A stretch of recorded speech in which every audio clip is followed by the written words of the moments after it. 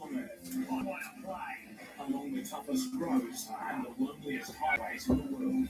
They are Australia's outback truckers. Oh, why won't he listen? Whoa! This is outback truckers, shit happens. Men and women in monster rigs. The big machine. On marathon runs. Through some of the most hospitable terrain on the planet. Out here, all the one thing matters. Getting there and getting back alive.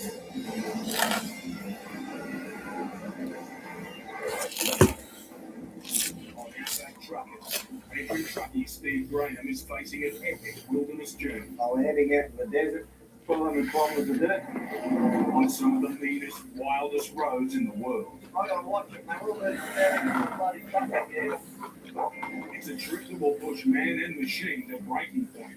I'm pissed off because I had to grovel under there because I should be able to shift that rod and make the f***ing curb go up. Heavy haulage expert Dion Fisher is in a race against the clock to deliver a monster mining rig. It's just 500% concentration. Any delays could cost millions. The pressure is ready to explode. Come on down! What are you doing? You've got direct shit all morning. Tanker driver Corey Chapman is hauling 100 tons of volatile fuel. If we're not coming up right, is it fair? I know something's going to cross. He's on a vital supply road. Pretty life and death for something. Into the very heart of the outback. Without fuel, there's not much to happen.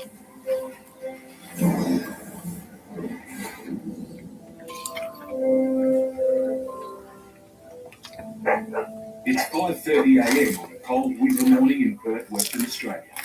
Legendary outback trucker Steve Graham is getting ready for yet another perilous journey. We're heading out in the desert. I'd just like to have a little bit of backup. You break a water tank or something, it's good to have some backup. 400 kilometres of dirt. You break down the radiator on the truck, 160 litres. I want 60, and all off the drip. Steve's heading out on a marathon 3,500 kilometre journey, like driving from London to Cairo. His first delivery is into the heart of Australia, to the Springs.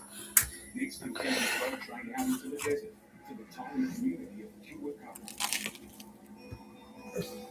Steve's been driving trucks for 40 years. For the last 10, he's had a companion in the cab, but it's the dog. Now, after millions of kilometres together, Old Boots has reached the end of the road.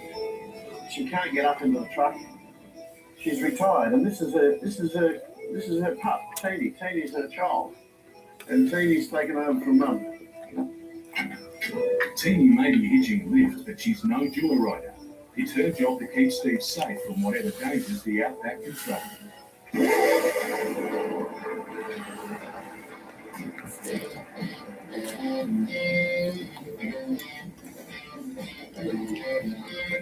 All the gear's good, all the gear's been serviced, but there's a lot of dirt right in front of us and a lot of corrugations. If there's something that's weak or wants to break, they'll bring it undone. Things will come undone. With the second trailer hooked up, Steve officially becomes a road train. And if there's one thing road trains love, it's fuel. Lots of it. So we'll be putting in about $1,600, $800 or $900 aside. And we'll chew that up today. Steve is an owner-operator, and keeping a truck moving is a high-stakes, high-risk business. He's calculated on this trip he'll burn a litre of fuel per kilometre. Get it wrong, and he could pay a high price.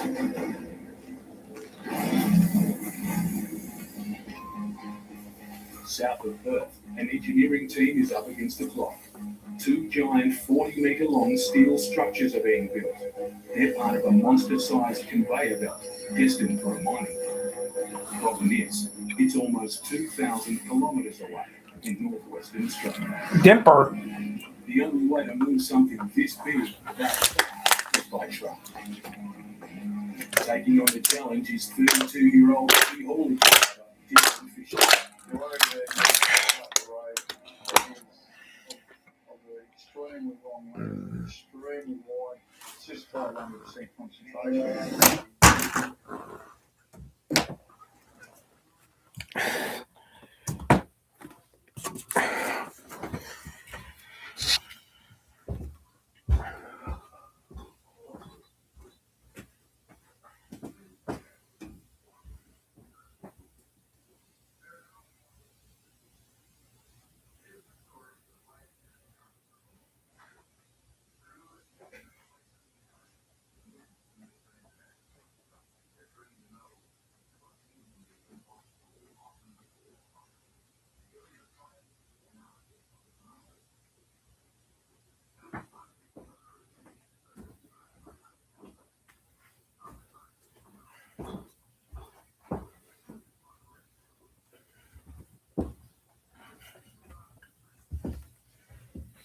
For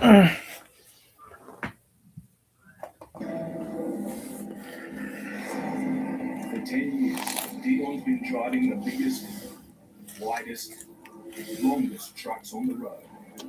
It's the job he always wanted. As a kid, I always wanted to drive a big truck and on my grand. But that dream comes with a cost. I'm away most days of the week, most nights of the week. The kids don't like it. They love it when you're home, but unfortunately they all know Dad goes away in the truck and we'll see him when he gets home. Driving the biggest trucks comes with the biggest pressure. On this job, Dion's under extra stress. It's his first time as lead driver. He's the man in charge, and if anything goes wrong, it's his career on line. We've got lots of risks with fences, power lines, power poles. And for Dion, it's not a great start. Loading should have begun hours ago, but last-minute changes from the owners mean work's still going on to finish the conveyors. If Dion's late, the plant may have to shut down. Workshop manager Rowan knows what that could mean. I wouldn't want to guess how much it will cost to mine for shutting this part of the plant down, but it will be within the millions. All Dion can do is wait. And wait. And wait.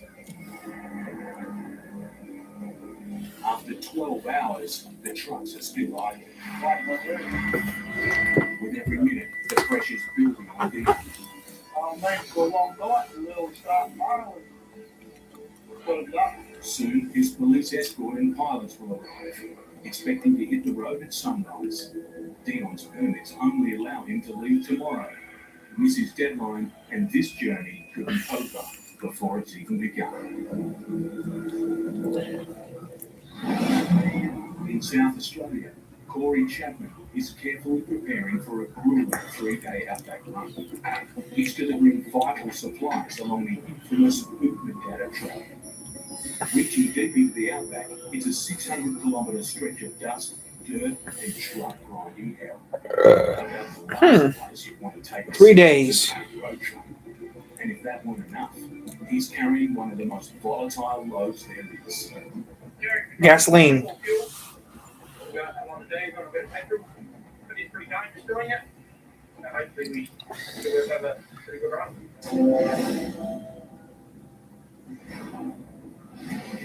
Corey's been driving fuel tankers for 6 years.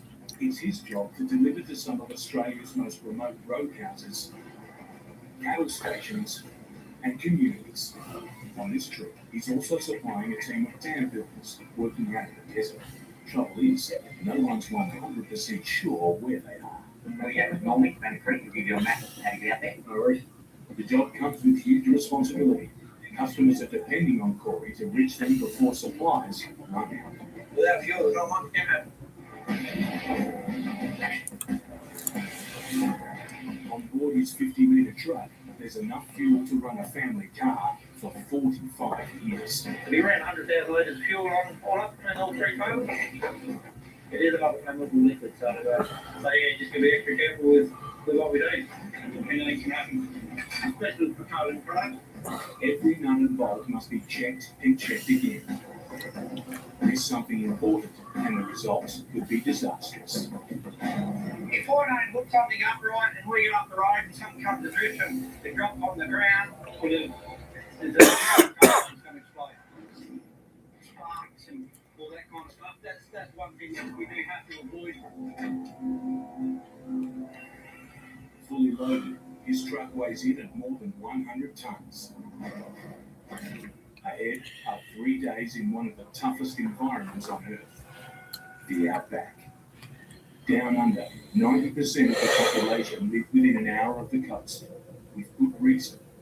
A vast, barren wilderness where temperatures can reach 50 degrees in the shade. Out here, no fuel means no power, no machinery, no transport, and no chance. Outside Perth, Steve Graham's journey is just underway. He's due to deliver 40 tons of housing frames to Alice Springs in just a couple of days' time. But he's already worrying about his time deadline. I've got to be really quick because we've got these supersized loads over there waiting to get through the bindy, so I'm just going to check my load quickly and get moving. You give me 5 minutes? He's desperate to stay in front of two slow-moving dump trucks, but there's another problem coming up from behind.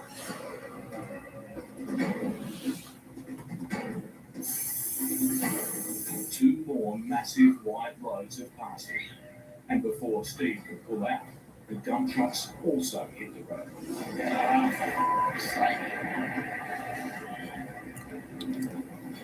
In this business, losing time means losing money.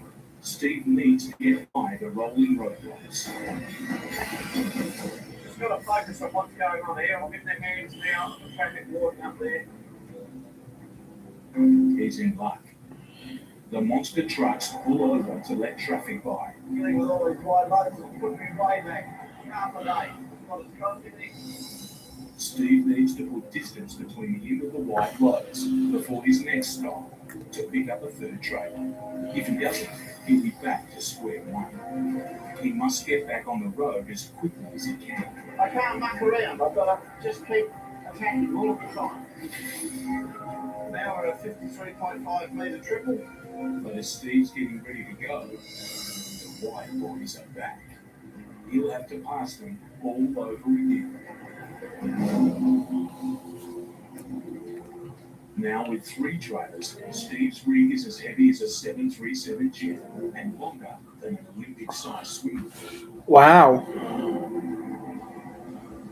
To overtake, he'd need to travel at up to 100 kilometers an hour for 1 minute on the wrong side of the road. Right, I'm on you now. We're good to go. It's critical he has clear communication with the other driver. The person that I listen to the most, the voice of the other trucking, I will put my life in his hands rather than the other people.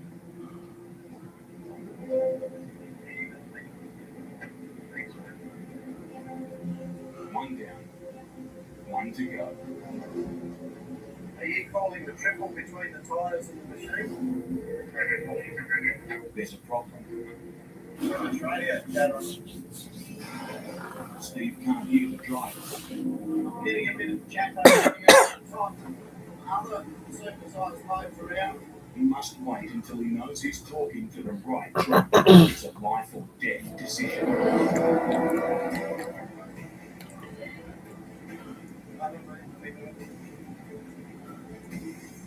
There's barely enough room for 2 cars. Steve needs to hold his nerve and stay on the road.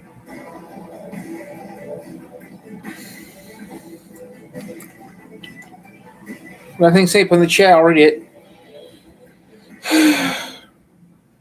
It's early morning in Perth. Deal and Fisher's massive mining load should have been on the road by now. Late changes to the load's design have put the move 12 hours behind schedule. Yeah, well, the handle start loading at 6 o'clock yesterday morning. We started loading around 6 o'clock last night. A police escort and pilots are already here, but the team still isn't ready to go. If they can't get away in the next few hours, they'll miss a deadline they've been working to for months.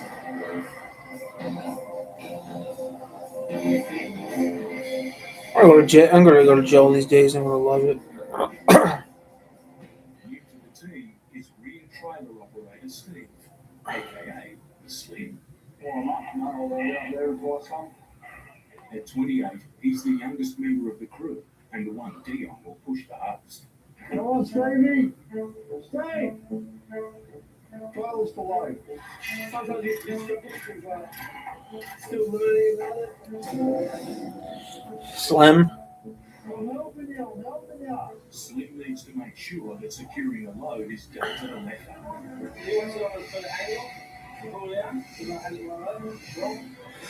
They're going to town tomorrow, and that's about it.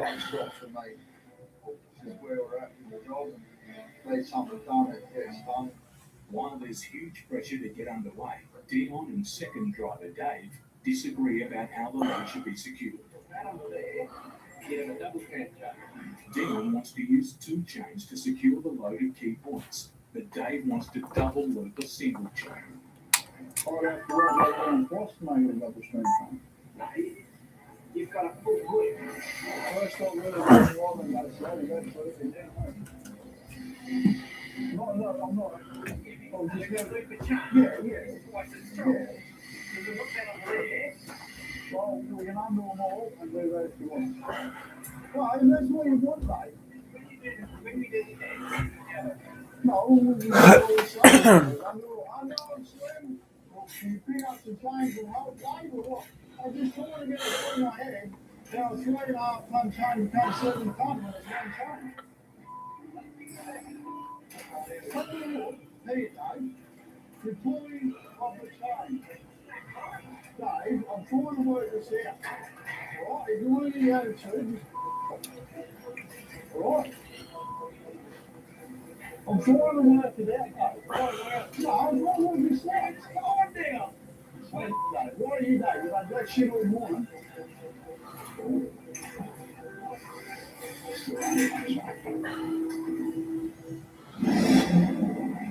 In South Australia, tanker driver Corey Chaplin is heading to the first stop on his outback supply trip.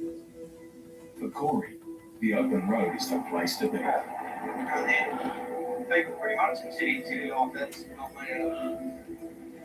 working on the live job. Doing everyone else asks you to do and all that kind of stuff. It's a lot better. He'll be on the road for 3 days, but as a family man with 3 kids, at times it can be tough. Not only the great deal, it doesn't do too much for them, but yeah, it's the road that I pick. For Corey, being away from home recently got a whole lot tougher. We're out camping and motorbike riding, and my son come off his motorbike and broke his back. Ooh. He's paraplegic. He's still in hospital now, which is nearly 9 months ago. He's been very hard on us all. If he walks again, which I hope he does, it's going to be like gone. Definitely no quick fix to it.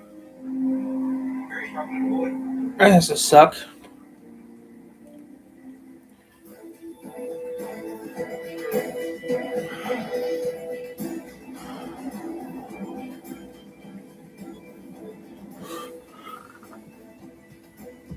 It's late when Corey reaches the open mining town. His work isn't done yet. His truck's too big to drive into town. Before delivering to a local roadhouse, he must unhook 2 of his 3 trailers. You can't get triple road trains everywhere down here. If you could, we wouldn't have done too often at all. The roadhouse tanks are almost empty. For the manager, it's a relief to see new supplies. Without them, how can they stay fit? With 20,000 litres of flammable liquid on board, ignition sources are Corey's major concern. Starting electricity is one thing we're going to try and avoid as much as we can. A spark can cause a fire. Best thing to do is get the static electricity passing through me and the earth down. And we always look to the ground first. We always kind of got to stay pretty close to it in case the hose breaks or, something gets popped off in here or something. At busy roadhouses like this, his other worry is smokers. You got to put it pretty quick. As soon as everyone else is going to go bang. One spark too close to this load could be your last.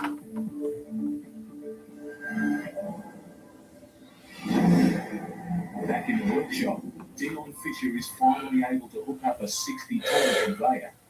An argument with second driver Dave has been put behind. At the end of the day, anything in the workshop stays in the workshop.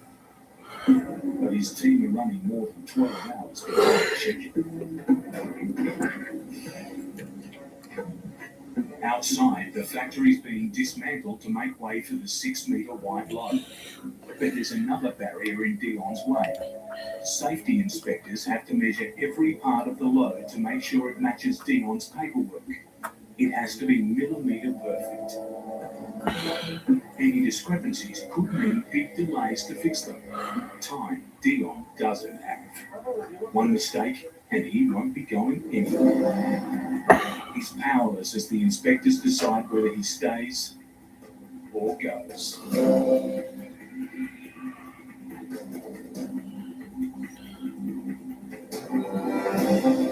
It's the moment of truth.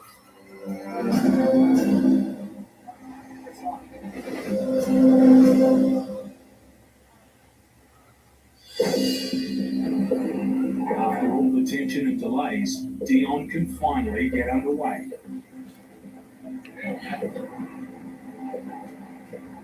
The open road is in sight.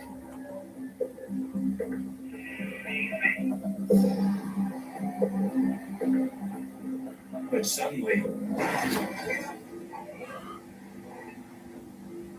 Dion's collided with the workshop door frame. He's trapped.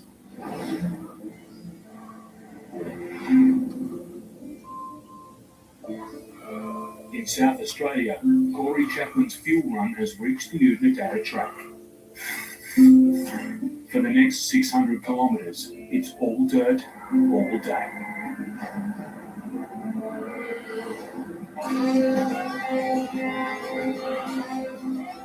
He's en route to one of the icons of the Australian outback. At the Pink Roadhouse in Udnadatta, Corey's delivering vital supplies to owner Glenn. Yep. Where's home? Right, Get in touch. As well as supplying the locals, the Roadhouse has become a tourist attraction. And started off with the Roadhouse, but as you can see around, there's the pink Volvo, there's the pink canoe out there. No, people don't expect to see a pink Roadhouse in the outback. But its survival depends on fuel deliveries. Word gets around, if you run out of fuel, all of Australia knows. And they think that you've run out for a year, not just 5 minutes. And that goes for the whole community. We supply the police and the hospital with their ambulance, and if we run out of diesel, it could be life and death for someone. In the outback, every fuel delivery is vital. By night, Corey's made another 3 stops. One more for the night. But to stay on schedule, he's decided to push on into the night. It was about 6:30 this morning, 7 o'clock now, so I'm going to do this next job. It's about 9:30, and that'll be about the end of the day. It's a dangerous combination. Pitch black and a narrow dirt road.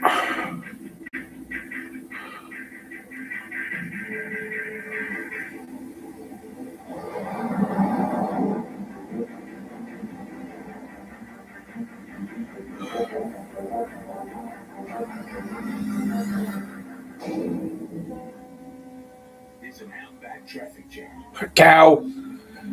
Dipping the lights and blowing the horn usually clears the way, but these roadhogs aren't moving.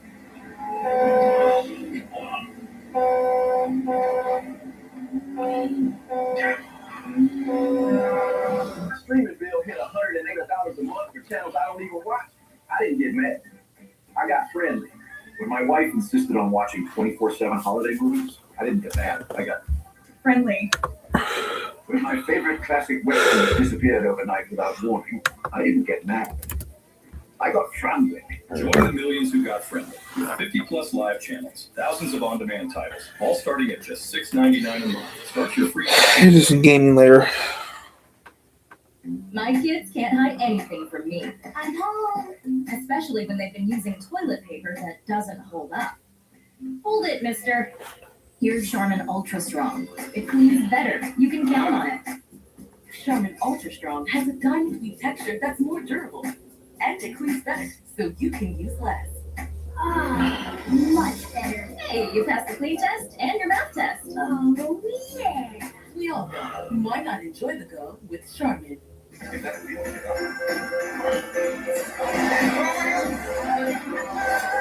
Do not attempt.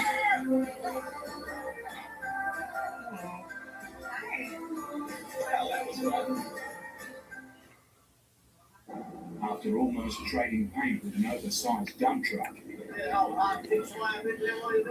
Steve Graham has reached the Great Central Road.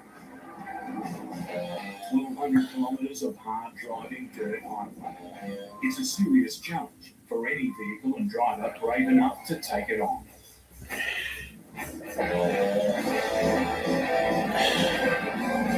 The biggest hazard are corrugations, regular bumps in the road caused by traffic. They may look smooth from a distance, but get up close and they're a real truck killer. Do you hate them? Yes. Will you still hate them when you retire, Steve? Yes. Corrugations are the bane of my life. I hate them because they wear me out, sit me, bouncing me around. Knocking me to bits when I'm not corrugation. And they're not thrown around, and they make me go slower, and I've got to stop and fix things all the time. I haven't got a lot of good to say about corrugations. Alright, we'll go. To protect his truck and the freight, Steve needs to reduce the impact. I'll get up to 100 speed, be skating across the top of them. Better doing too much damage. We'll walk down the first hitter, the really, really big ones. And just pull up, just take all day, climbing up and down and making it. Maybe he doesn't like it much either, do you? Get it wrong, and he could be joining an outback graveyard. There's a lot of dead ones on the side of the road. Oh, look, there's another one that didn't make it. Another one that didn't make it.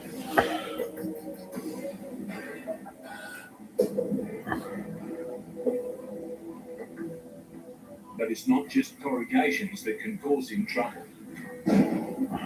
There are more than 1 million wild camels in the outback, and an adult bull can weigh in at more than 700 kilos.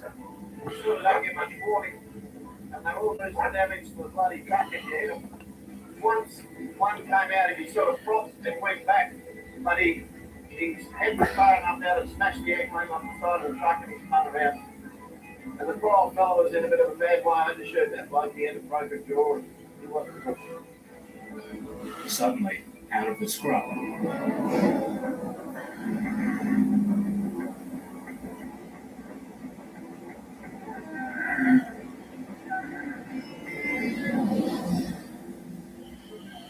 in Perth, Dion Fisher is stranded. The underside of his trailer has hit the workshop door frame. Come back to deliver it for me. With millions of dollars at stake, more delays are the last thing he needs. His team needs to get him free fast.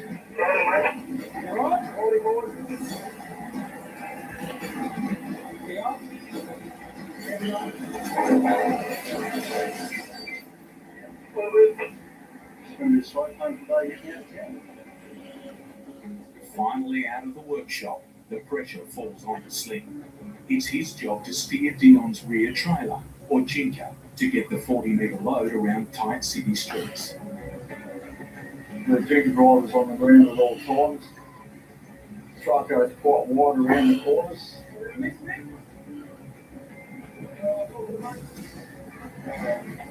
The Jinker driver has just got to compensate for the length of the load.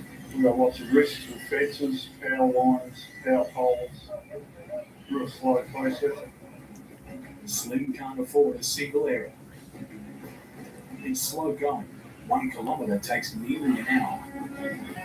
Up ahead, the roads are closed to make way for the massive trucks. But something is refusing to get out of the way. All the signs are designed to come out. With this one not budging, it's down to Slim to get deep.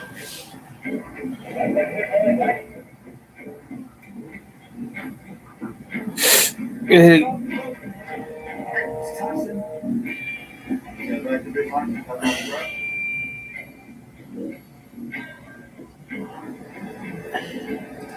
we're gonna miss it. I think we're gonna miss it. How very good we get, Leon? Leon? Let's go.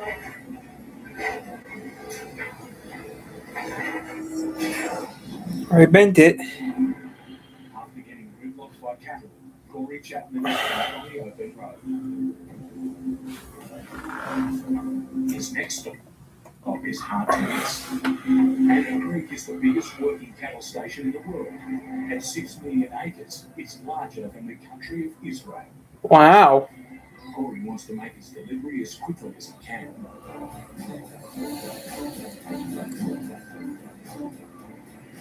So you got things to do like I'm doing. So try and reduce it as much as you can. His next stop won't be so easy to find. Somewhere on this massive station are a team of dam builders who are running out of fuel. Really? The only man who knows where they are is the station manager, Norm. And out here, the closest thing to sat-nav is a good old map. Go down to get diagram. Yeah. You go through a wide gate, from road, past the yard, and you go to grid 3K, and the road will sit fairly right of it. Yeah. So you go about 30K, and you go in one grid. Yeah. Keep going, you come to the truck yard. Yeah. The road will go around the bend, just watch that and you gutters it. Oh, right, yeah. No worries at all. And one more gate, you can leave him mate. Right. And now it's about another 12 gates, and you'll see Timmy's back. Oh, right, no worries. Just keep following it. Just following these tracks, I'll be right. As clear as mud. We'll work around those. Can only follow the little tracks and hope for the best.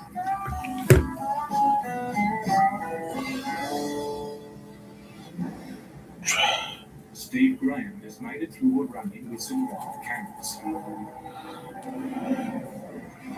But after being hammered by millions of corrugations, his truck isn't so fortunate. Several of his 62... I need to check some stuff out real quick.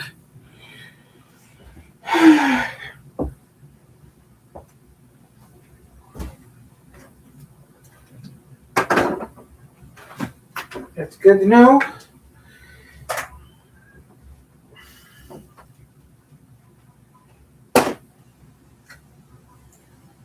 The next battery you have to charge up will be that camera battery you're using right now. Yeah. You got a lot of work to do tomorrow. Yep. Gotta go to town tomorrow. Do this and that. So yeah. I don't really want to town to do that. Nah. I'll just go to the bank tomorrow and go home. I'm not gonna retake that list up. I'm pure. I don't need to take that list back up, but yeah, I gotta go to town tomorrow to the bank and do a couple things and go home. And he's got another problem. Strong winds combined with 40 tons of Yeah. high-sided freight means Steve's been burning more diesel than usual. Phone's charging, camera's going, so it's good. It's just a bloody nuisance because if I can't get the curtain springs, I have to break this road train up and go into Yalara and fuel up.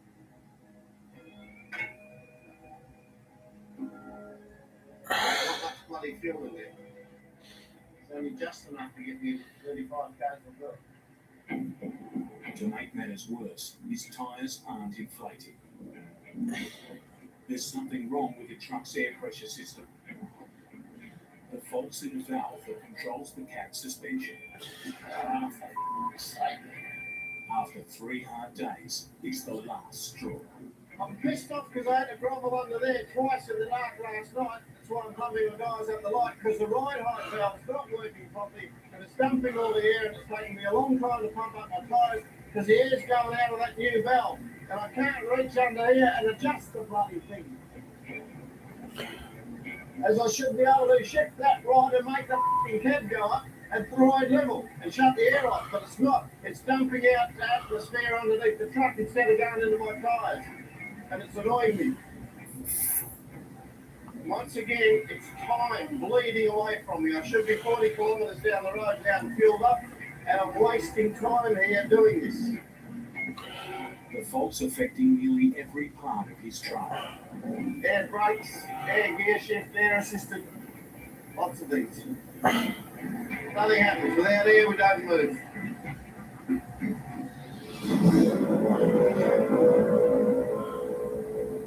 Corey Chapman is about as far off the beaten track as he can go. He's trying to find a dam building operation. Only problem, they're located somewhere on a cattle station the size of Wales. His only guide are other people's tracks. Dancing place has been out there recently, so it's actually on the ground. He's heading into unknown territory. I haven't been out there before, so it's a bit of a way to see how we go. It could be good, we could be doing an hour and a half, or it could be ratchet. And out here, the roads can turn heavy. These are the kind of roads that are unpredictable. The station track, you just be wary there could be something that are on the road you don't know about. Corey's reached the fork in the road he needs to take. From now on, he's relying on his memory of the station manager's mark map. Yeah, and I just turned right at that road with that full top to the right there. You can't go wrong. That's quite perfect. There you go. Hello. Not much. Just watching. Just watching a little random stuff. Outback Truckers Season 2, Episode 2. That's about it. Maybe do some gaming later. I don't know yet. Yeah. I don't know what I'm going to do yet. I might do something else after this. I'm not sure yet. Just watching Outback Truckers right now. Oh.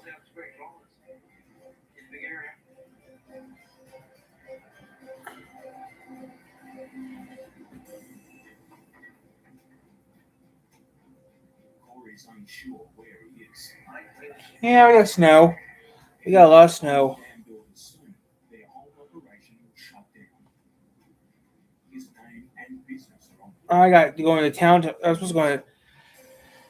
I got to go into town tomorrow to do something. I got to go into town tomorrow to do some stuff.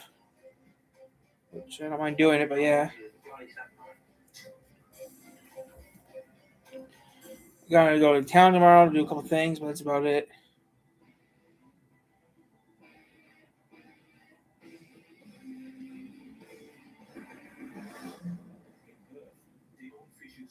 That's about it. Pushing hard to get out of the city before sunset. It's vital he makes up lost time. Once it goes dark, he'll be forced to pull over for the night. It's always slow and tedious out of town. Very hard on the gear. Guiding Dion through the city is his team of pilots. He's completely reliant on them. All we see is the outrageous. Lots of blind spots. So yeah, I was out here having a little fun. Just watching this and having a little fun. That's what I'm doing now. We don't get conditions for braking on the road. There's every chance we can take out, fall down.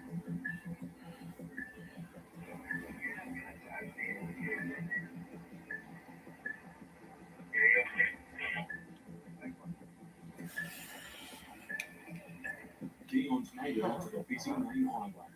But every few kilometres, the convoy has to stop to let traffic by. As he can only travel during daylight, at this pace, Dion's in real danger of missing tonight's stopping point. And there's another hazard up ahead, a series of low bridges. Bridges are always a pressure point. Doesn't matter how many times you measure, you always be wrong. Dion should be able to clear them. But one tiny mistake and his career and millions of dollars could be on the line.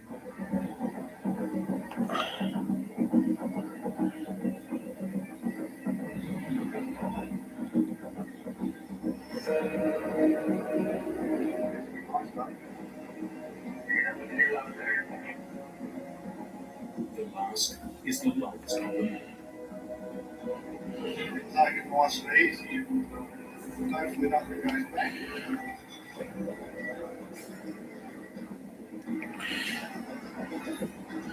If you hit the bridge with a large machine, something so 6 metres or something, you better do stand.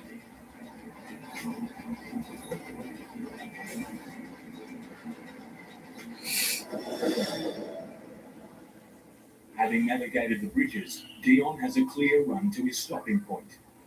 But suddenly, second driver Dave has an emergency. Uh-oh. One of his brakes is jammed. It's close to catching fire.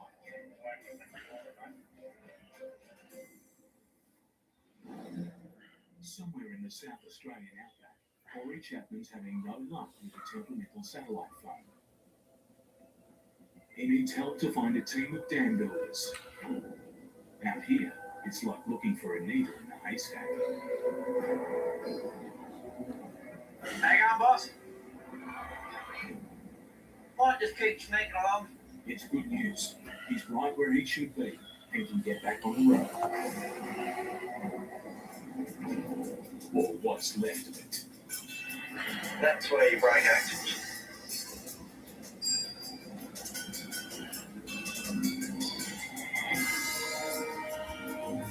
At last, the Dan Builder's camp comes into view.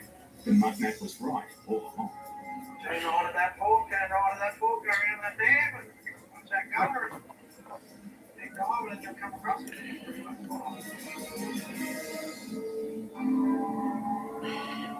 The diggers have been out here for weeks, working in one of the toughest environments on Earth.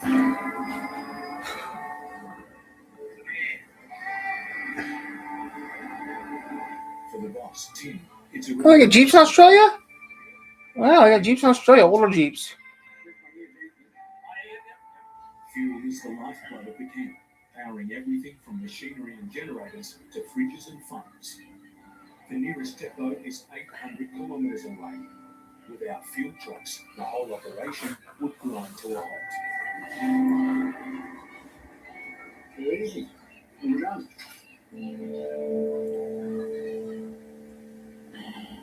It's been another grueling run, but after 1,500 kilometers, it's finally time to head for home. He's journeyed through some of the toughest terrain in the country, to the edge of the map and beyond. But for Corey Chapman and those whose lives depend on him, what matters is the job's done and the tanks are full. We're going to go about 65k to get in at this rate. We're going to get it down.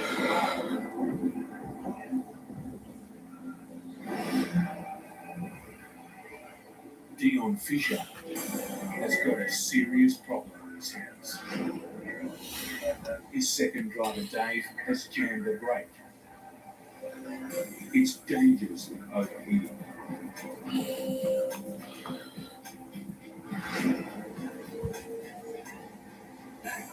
Dave wants to wait for the brake to cool down before he can try and repair it. If they can't fix the fault, his journey could be over right here. All Dion can do is wait. And wait as more precious minutes tick by.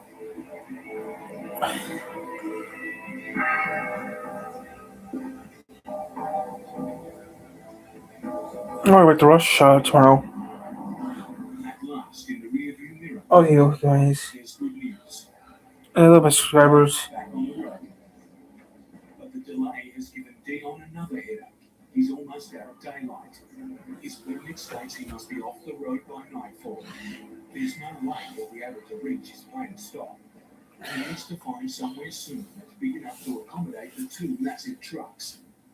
And the road's piling on with pressure. It's like that close to the road where you go on. Narrow, you've got big rocks on there. Dion still has 1,700 kilometers to go to reach his destination, and he's massively behind schedule.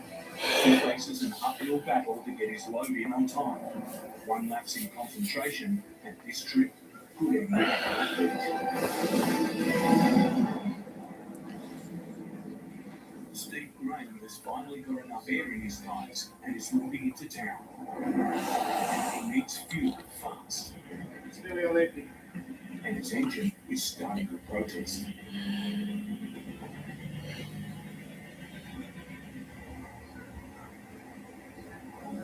Finally, he's made it, but this stop is going to be painful. $2.11 a litre.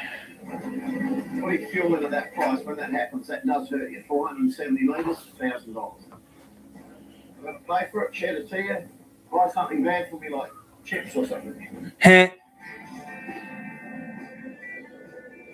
So 2 times 4. 2 times 4. $8 a gallon for gas. He's paying over $8 for a liter. He's paying over $8 for a gallon of gas.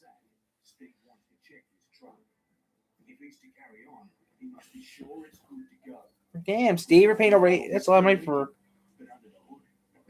more battle gas.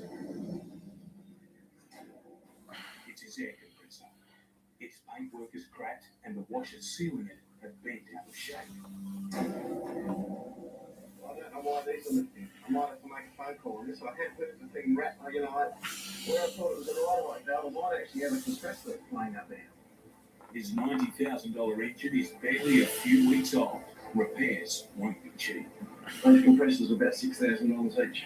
And the replacement parts are over 2,500 kilometres away. The fate of Steve's journey and his truck hang on an SOS for his mechanic. I'm in other screens. I've got the bonnet up here. He's a phone call away from nature or break. Next time on Outback Truckers, Dion Fisher is desperate to get back on schedule, but he's got big troubles from breakdowns. Not a problem with the electric in here. Poor Roo. Cops. Every truck driver in the show tries to keep away from them. Steve Graham is locked in a battle with the weather, the road, Information crap out of gear. and his patience. Oh, why won't he listen? Livestock trucker Joey Greenwich is carrying 750 unruly passengers. Getting them. Now time for something else.